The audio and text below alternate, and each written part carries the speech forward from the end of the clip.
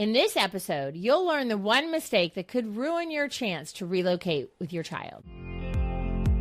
Welcome to Women Winning Divorce, the podcast helping successful women navigate divorce with dignity so you can protect yourself, your children, and your assets. I'm Heather Quick, founding attorney at Florida Women's Law Group, where women win at life. This week we had Anna Durstein on the show, and we had a great conversation about what it really takes to relocate with your child legally, how to prepare, prove, and protect your relocation case, and what happens when things go wrong or weren't done right from the start. I hope this episode is valuable to anyone who might be listening. Stay tuned for the full episode. Welcome to this week's episode of Women Winning Divorce. I'm Heather Quick, owner and attorney at Florida Women's Law Group. Today, Anna Durstein is joining us. Anna is the managing partner here at Florida Women's Law Group and has been working alongside me for over 10 years now. Today, Anna and I will be discussing what it really takes to relocate with your child legally, how to prepare, prove, and protect your relocation case, and what happens when things go wrong or weren't done right from the start. Welcome, Anna. Hi, good to be here again. Well, we are so happy to have you. And once again, I know you've been on the show before, but it's been a little bit. Yeah. So for our listeners, would you share a little bit about yourself and how you got to where you are today? Yeah, absolutely. I always wanted to be a lawyer, but I've also always wanted specifically to be a divorce lawyer. I went to law school just to become a divorce lawyer. I interned with judges and law firms during law school that concentrated in family law and practiced in family law. And that's how I met Heather when I was in law school, and have been working with Heather doing only family law ever since then. It's I continue to believe that's the best field. You get to meet so many different people. You get to help so many different situations. You get to you just get to talk to different people all the time as well, whereas I feel like a lot of other types of area of law, you're just doing paperwork, and that, it's never as fun. There's always something interesting going on every single day in family law, and I can't imagine doing anything else. Well, agreed, and we're so happy to have you. And for our listeners, Anna is an amazing litigator, attorney, strategist. She's super smart, and we're so happy to have her on our team. And one of the things we're talking about today, the thing we are talking about is relocation, because it's really can be very challenging, but we've always really worked hard to help our clients be successful at this. So why don't you share with our listeners, what is relocation? Yeah, obviously, so relocation, it means a change of your location of where you were primarily residing at the time of the last agreement, final judgment, order, or if you're just now starting a divorce or a paternity action just from your current location. So it literally means you're moving from your current home that was either previously established or your current home prior to establishing some sort of a lawsuit. And so with relocation, because I remember when this became a law, because I've been a lawyer for so long now, and I thought at first, that kind of stinks, right, for the mom who wants to move, because my mom did that. We were down in St. Pete, and she's like, don't tell your dad. We're moving back home to Jacksonville, which is where they were both from. But anyway, and she was worried, the power dynamic or whatever. So I've always thought, wow, that is going to make it harder. But I understand, and I know that's part of why we're talking about this today, because, and we'll get into it later, because if you just go, good idea, it's so much harder. You make it so much harder for your lawyers and really on you and your children. Yeah.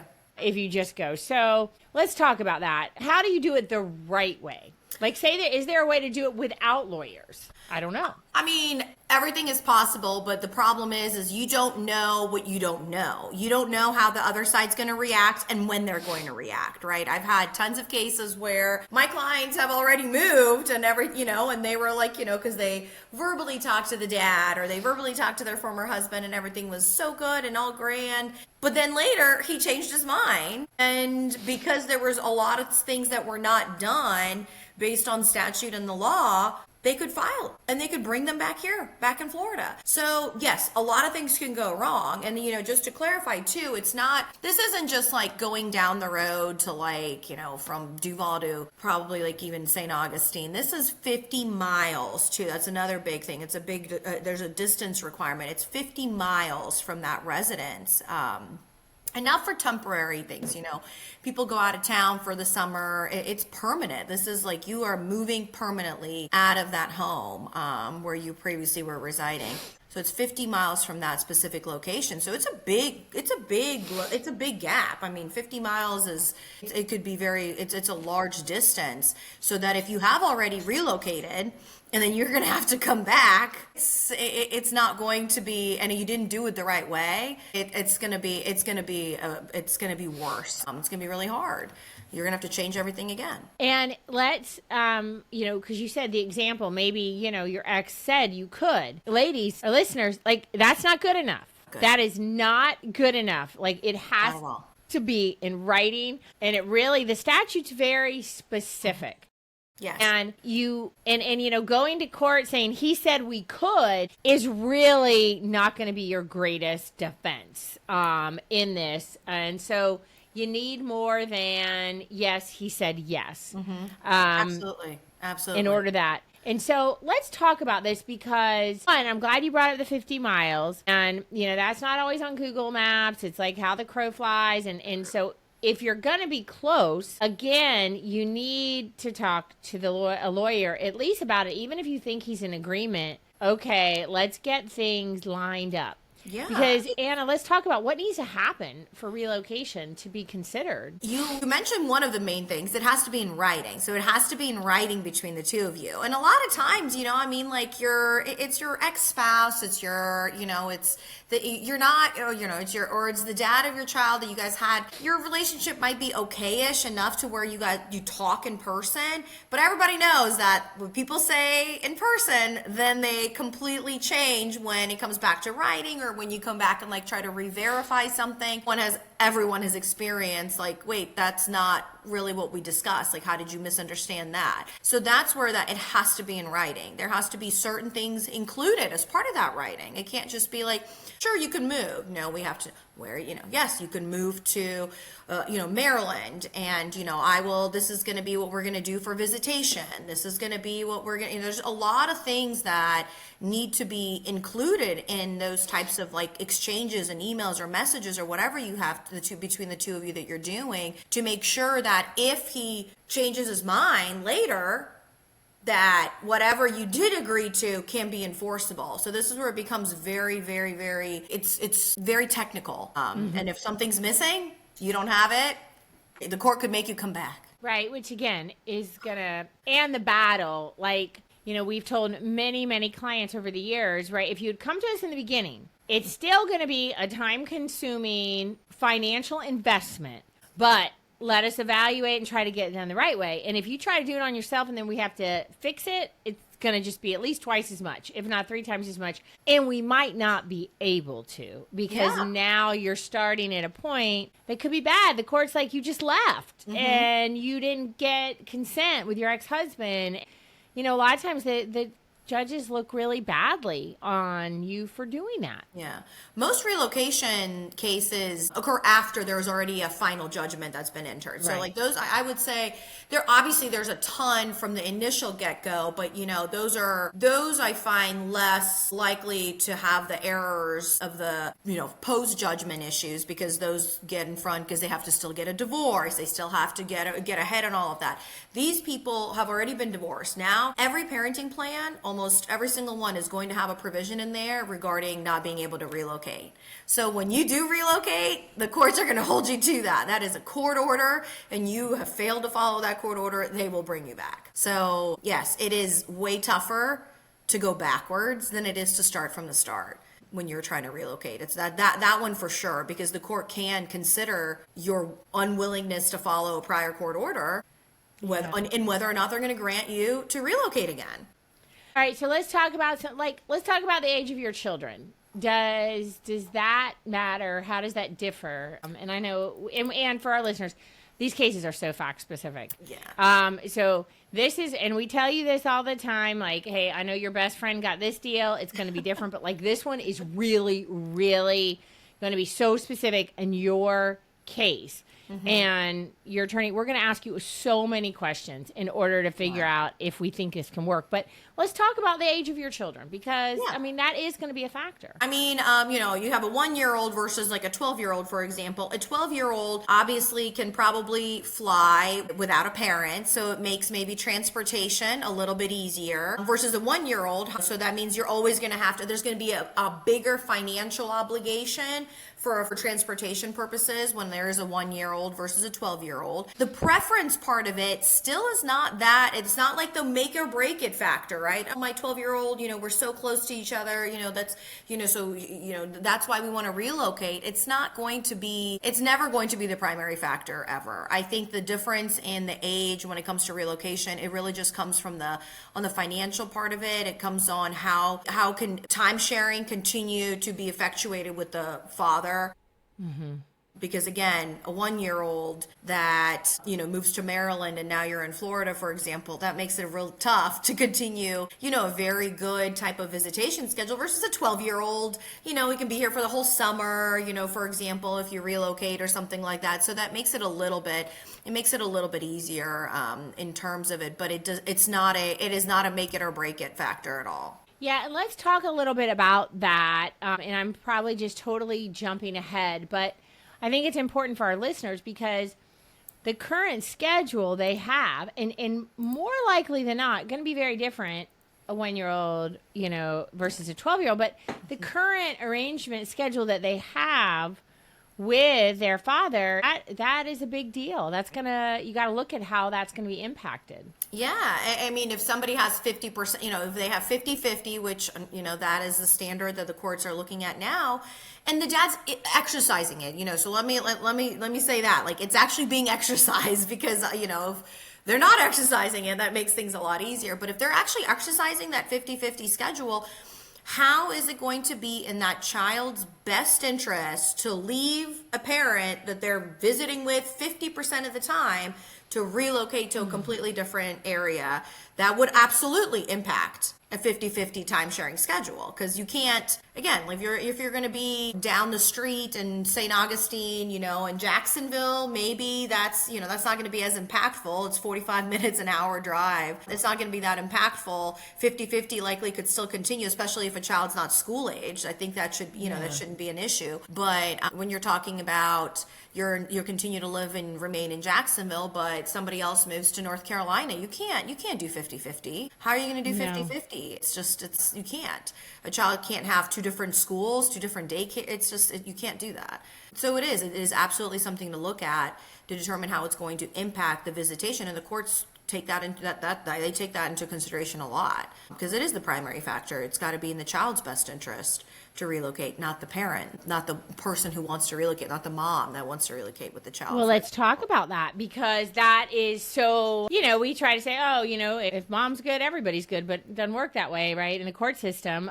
I wish. So I know, right? Let's talk about how the move is going to enhance the, you know, maybe the quality of life for the mother, but it has to be the child too, right? Yes. Like, it's a better job, more money. You know, a lot of times I feel like some of the strongest arguments are the family support and extended family. Not that they take the place of the father, but in many cases that can be very persuasive to help that. But we got to talk about, like, how do we prove that it's going to be better for the child? There's, like you said, it's so fact specific, every single case. I don't think I've ever had a similar relocation case, you know, even like former case law that you pull up. There's never a case where you're like, oh, this one matches mine so well. Absolutely not. Never. They're so fact specific, but for, like you mentioned briefly, like more money, maybe there's a job, maybe, you know, the mom got an amazing job out of state that's going to provide more ability for that child to be placed in, you know, camp camps. Maybe there's medical reasons. Maybe there's a ton of medical expenses for that child, and the costs are piling up for both mom and dad, right? So, I mean, it's going to be, but the doctors are better out there. That's where all of the doctors are, for example, if there's something very specific that is like health related. So yes, of course, mom making more money is great for mom, but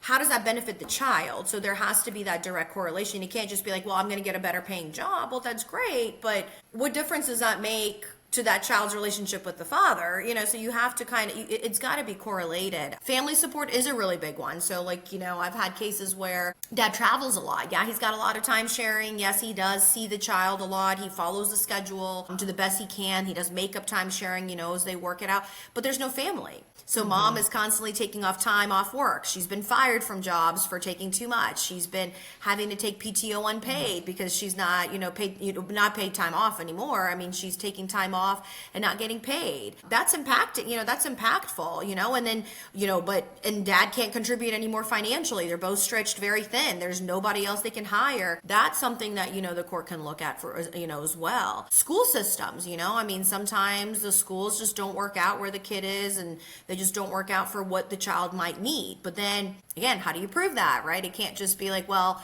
he's in a B+ rated school, but I can go to, I don't know, Washington State, and I can go to an A rated school. Well, there's other A rated schools in Florida that don't have to include that move. But what else is there besides that school system? Is there some sort of specific educational need for that? You can get, there's educational psychologists that kind of evaluate certain things. What is it? It's so fact specific. And again, you have to show and you have to prove how it's going to benefit the child to have this move. Which it's challenging, right? Because you've got to think about it in those terms when we're delivering proof. So how can our clients be well prepared for this kind Get of an thing? attorney. That's number one. Yes.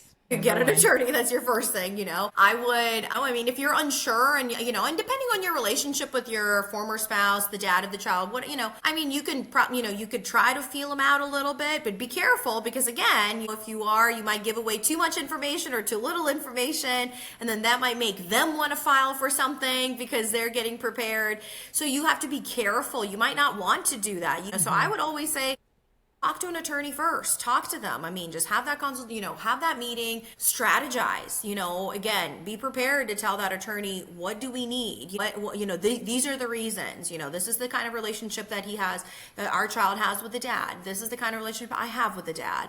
Here are the things that the dad might say and reasons why I should not, go, so there's gotta be, you have to get that information. You have to get ahead of it. Do people consent to relocations? Of course. But then again, like we talked about already, if they're going to consent, at least get that attorney to be able to draft that perfect agreement that you will never be pulled back to Florida again if they change their mind, a month later or something. You gotta get prepared. But I think that the best way to be prepared is to meet with an attorney to talk about all the details and what must be done on both ends. Because once you do know all the details and what you must do and how to write it and how to make sure it's phrased, if he consents, it's wonderful, but get it all at once. Because I'm telling you right now, if my clients don't get something right off the bat all together, it's impossible to get the entire agreement later on almost. It's almost like if you don't do it right off the bat and get all the information immediately, you're very unlikely that you're going to get something from him a different time because he's going to want something else. And then he's going to be like, I changed my mind about that. So it's... Now, what do you think about,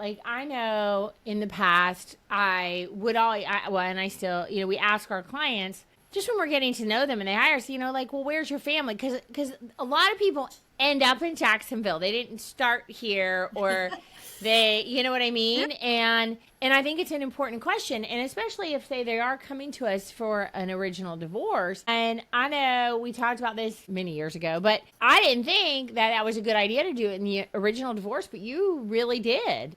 I did. You thought that's the time. You still feel that way? That is the time. Because I think it's a lot harder I think it could be a lot harder to reestablish it later once you have that established again. And I wish that every single client who has a parenting plan, the dad follows through and the relationship is wonderful and there's no issues, right? But I'm thinking more, and those are the ones those become harder, right? But I think that it's, if you want to do it from the start, you think about it now, let's strategize how it's going to benefit you now, and you do it from the start. because it's before you get reestablished. It's before this child gets even older. It's before that there's that actual big separation. And now we can kind of plan it from before, versus kind of going back at it afterwards. Now, again, you could do it both ways, obviously. I mean, some people are not ready to move. I mean, I think that some people need time. They need to figure out, like, do I get my footing here? Do I get a job? It's my kids have friends here. And again, that's where it becomes really like age dependent too.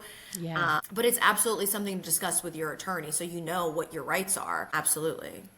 And oftentimes there's more on the table in an original divorce. So there's more leverage, there's more opportunity to, and you come to an agreement, maybe a settlement on that, and be able to relocate then versus later. Because that's something that, we're attorneys, we're always going to talk to you about, like, what's in it for him and what are you willing to give to get him to agree? If that's within the realm of it.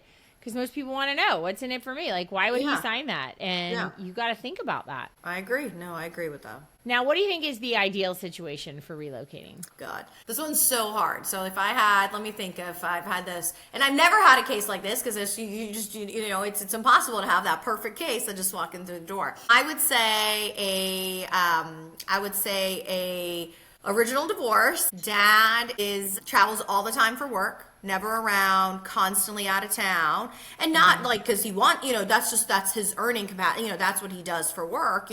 He still could be a good dad or whatever, but still travels all the time, so makes it very difficult. No family here in Jacksonville, no support system. Mom doesn't have a job, so they're going to get a divorce. And now dad's traveling all the time. He's supposed to support everybody essentially until she's able to get on her feet, or is she even going to be able to make enough money? Like no vocational training, something like that.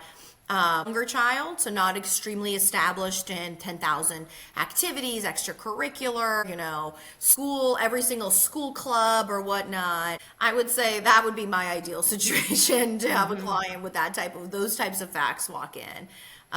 Which are very rare. I mean, I don't think I've ever, in all of my years doing it and the years of seeing other people trying to come back with the relocation or other attorneys or even, I don't think that's ever happened. No, I think some of the family can be very beneficial.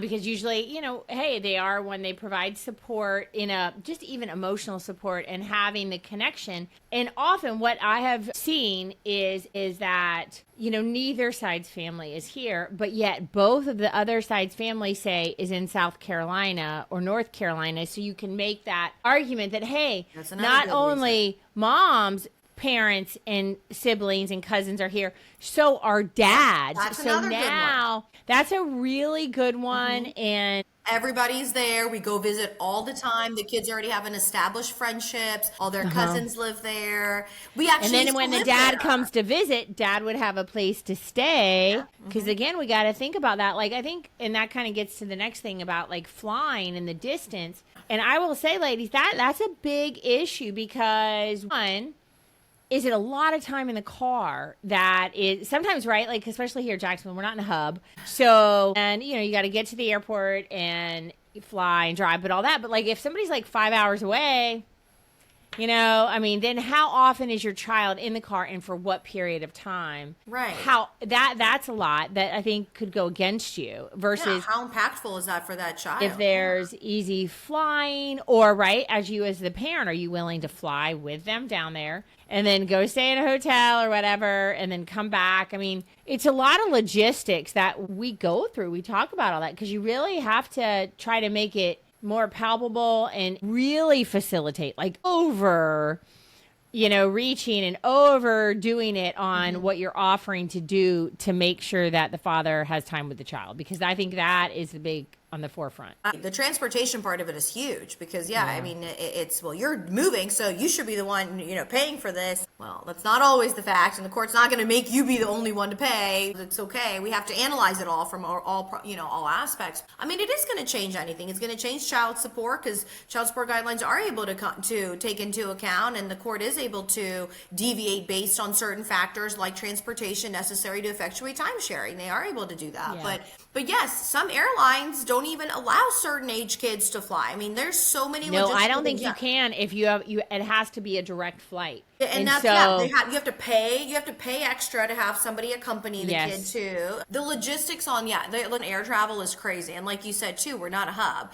I've had so many clients who've have to travel to Orlando to be able to fly out. They can't, but I mean, that's 2 hours for the child, and the child flies another 3 hours, for somewhere. And then the parent is now driving back another 2 hours back home. And then you have to do the same thing when they come back to get the child. Yeah. It's a lot. I mean, that one's that's a big fact. It is a lot. And that's when you really look at ways to be creative and helpful. Like, how can you make it better? Mm-hmm. And that's where, for our listeners, and some people are like, yeah, we left that place because we don't want to be near family, but I want to go over here, right? It's like, okay, well, we may not be able to, win on I've that, had those right? too. I just want to live. I just in California. I just want to be in California, right? And then it's like such a flight, but right, there are a lot of, and I use the family one a lot because that we've been more successful when that is something that works in your favor, for sure. But then you can get help.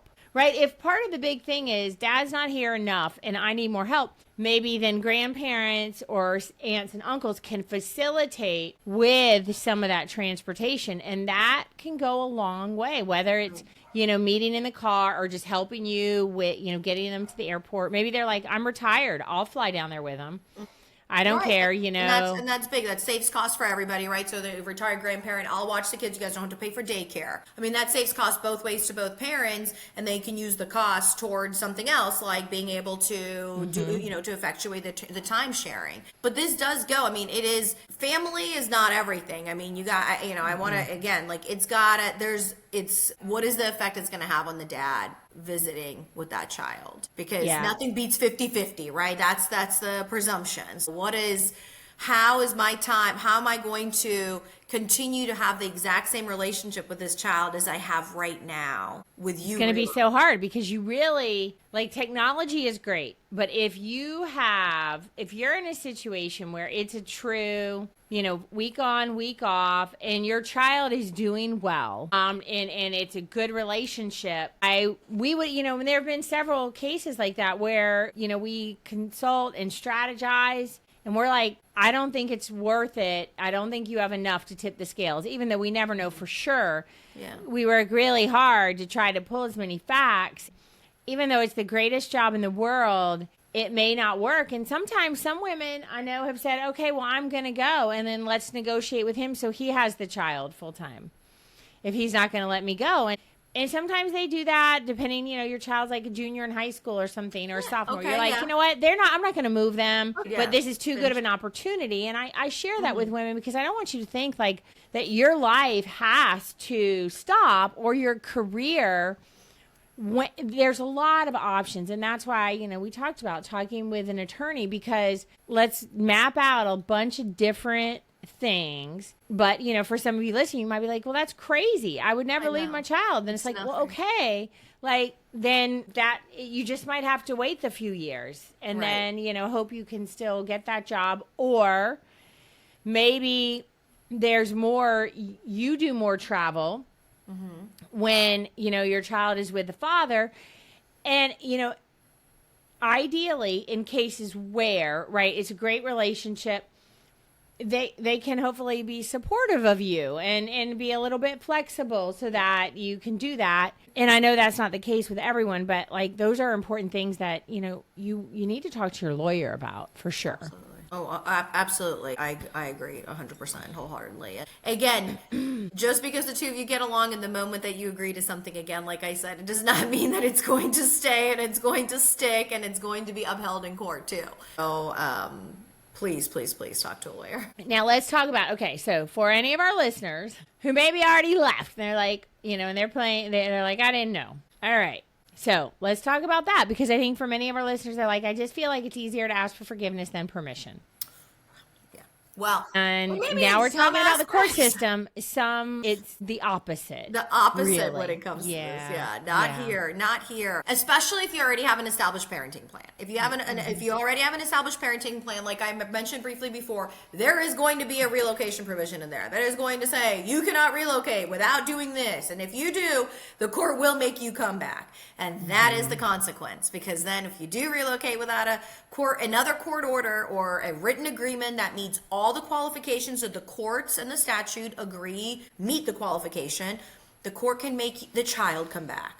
Now, again, you're likely coming back with the child because you left with the child, but that means you're going to have to come back. You're going to have to quit your job. You're going to have to terminate your lease. You're going to have to come and move back here until there's a final resolution on whether or not you're able to relocate out of state with that child.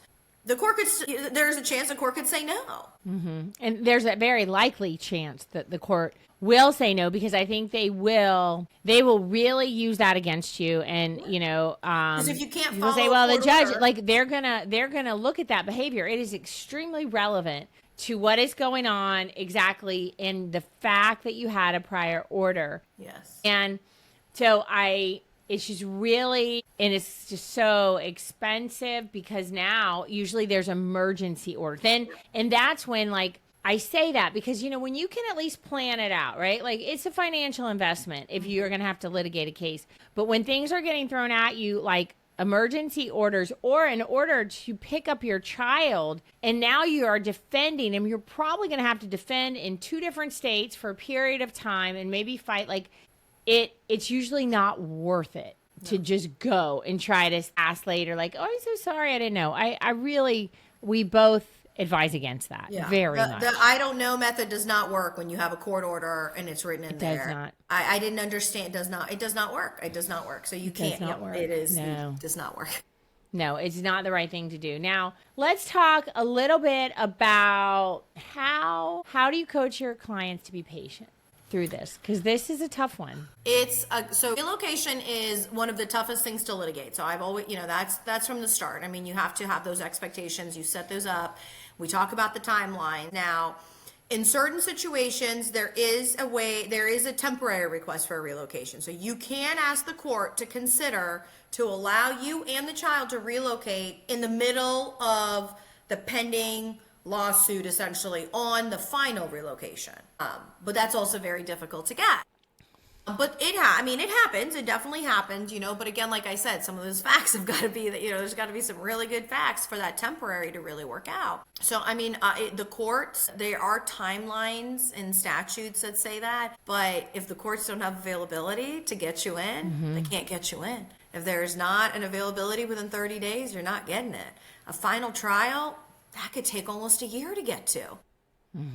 If you've got a job that is waiting for you, that you've accepted without talking to an attorney, like that could affect you, even that you can't do it. So it takes a long time. Something that you can do is obviously, I always try to keep my clients in the loop as far as, well, this is the timeline that this judge is specifically scheduling on right now. Okay, so let's file this. We can get this temporary scheduled, and try it on a temporary basis to see if it'll work out. Especially if you've got really, really good facts to allow for this temporary relocation to occur. If the judge denies it on a temporary, you still can try it on a permanent, but it's less likely that it could happen because you're almost presenting all of your facts right from the get-go at a temporary. So but even a temporary, it could take 3 months to get even to a temporary hearing.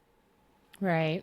It could take a long time. So the best thing is the best thing I do is, again, like I say, just keep them in the loop related to time, related to scheduling on all of these things, and understanding your judge, because again, you usually have an order at this point, so you know who the judge is. We know all the judges' calendars. We know which ones are scheduling out, a year away for a trial right now. There's financial disclosures that have to happen. So there's timelines just from the financials part. The courts will make you mediate. All the good mediators, again, all the attorneys know they should know the schedules for that. So it's a lot of waiting.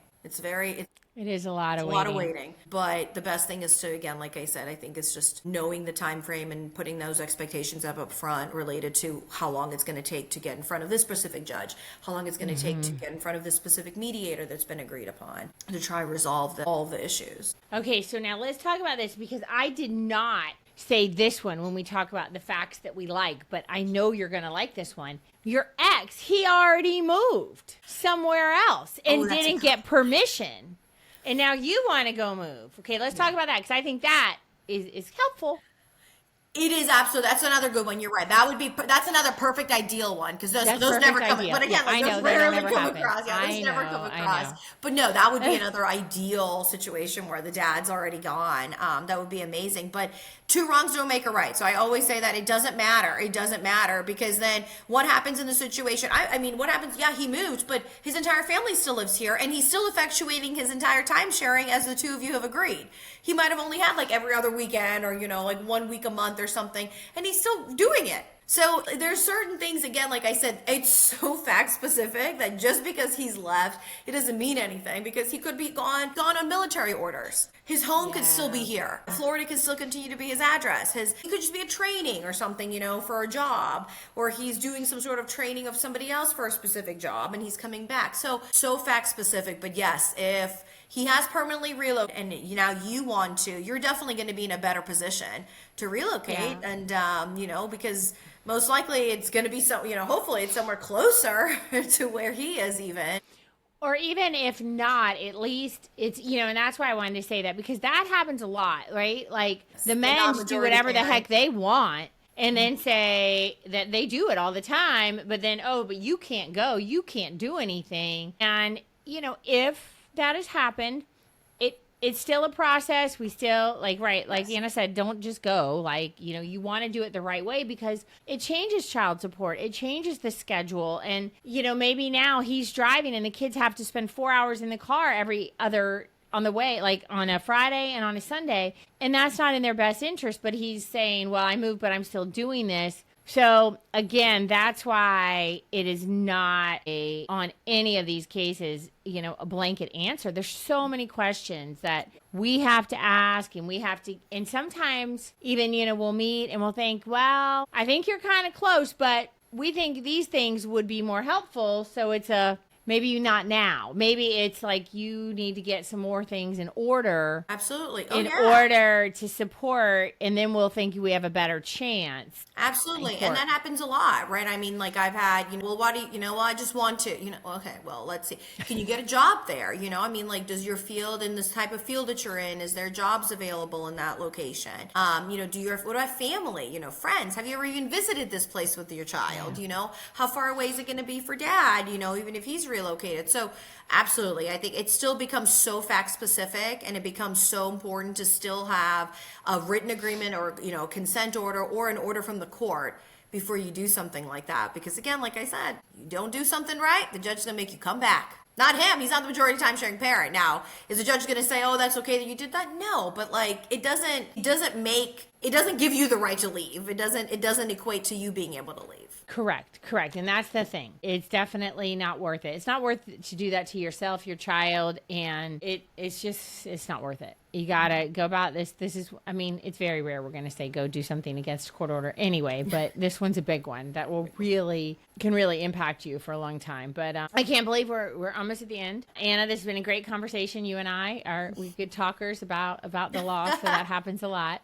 But before we go, Anna, our show, as you know, is called Women Winning Divorce, and I would love if you could share what winning at life means to you. Well, winning at life for me means being happy, whole-rounded at home, at work, and in your personal relationships. I think that is what winning at life means to me. I think that when you're happy in your workplace, when you're happy at home with your family, when you're happy in your personal self, your mental self, I don't think anything, you can face anything. That's awesome. Well, I appreciate that. And of course, lastly, our listeners can find you, Anna, at FloridaWomen'sLawGroup.com. That's right. I'm there. All righty. Well, we have reached the end of our show today. Thank you so much, Anna Durstein, for joining us to discuss what it really takes to relocate with your child legally, how to prepare, prove, and protect your relocation case, and what happens when things go wrong or weren't done correctly from the start. Thank you so much. Of course, I had a great time. Thank you for having me. Thank you. Listeners, if you or someone you know in the Northeast Florida area is going through or even thinking about divorce, you're not alone. Taking that first step can feel overwhelming, but it doesn't have to be. Our newsletter is filled with actionable advice tailored to guide you through this process. By signing up, you'll gain the tools to face the unknown with courage and see if we're the right fit to support you during this life-changing time. Don't wait. Click the link in the show notes, fill out the form, and take the first step toward building a brighter future today.